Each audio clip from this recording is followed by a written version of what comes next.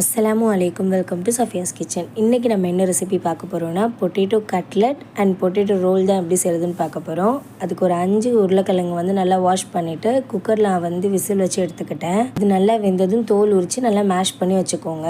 ஒரு சைட் வந்து bread crumbs ready பண்ணுறதுக்காக ப்ரெட்டை வந்து மிக்ஸி ஜாரில் பிச்சு போட்டு அதையும் தூள் பண்ணி வச்சுக்கோங்க. மேஷ் பண்ணி வச்சுருந்த உருளைக்கிழங்குல வந்து 2 பெரிய வெங்காயம் நல்லா பொடிசாக கட் பண்ணி போட்டுட்டு அப்புறம் 2 பச்சை மிளகாய் அதையும் பொடிசாக நறுக்கி போட்டுக்கோங்க. 1 டீஸ்பூன் மிளகாய் தூள், தேவையான அளவு உப்பு, 1/2 டீஸ்பூன் கரம் மசாலா தூள், 1/4 டீஸ்பூன் கறி மசாலா தூள் போட்டுட்டு நம்ம நுணுக்கி வச்சுருந்த ப்ரெட்டை வந்து அதில் போட்டுட்டு நல்லா வந்து பரட்டி வச்சுக்கோங்க. அதை டிப் பண்ணுறதுக்கு ஒரு பவுல் எடுத்துக்கோங்க. அதில் 2 டீஸ்பூன் மைதா மாவு, 2 டீஸ்பூன் கார்ன்ஃப்ளவர் சேர்த்துட்டு தண்ணி ஊற்றி நல்லா கரைச்சிக்கோங்க. நம்ம ரெடி பண்ணி வச்சுருந்த பொட்டேட்டோவை வந்து நல்லா ரோல் மாதிரி பண்ணிவிட்டு அதில் டிப் பண்ணி ஆயில் ஊற்றி பொரிச்சு எடுத்து சாப்பிட்டு பாருங்கள். டேஸ்ட் உண்மையாகவே சூப்பராக இருக்கும்.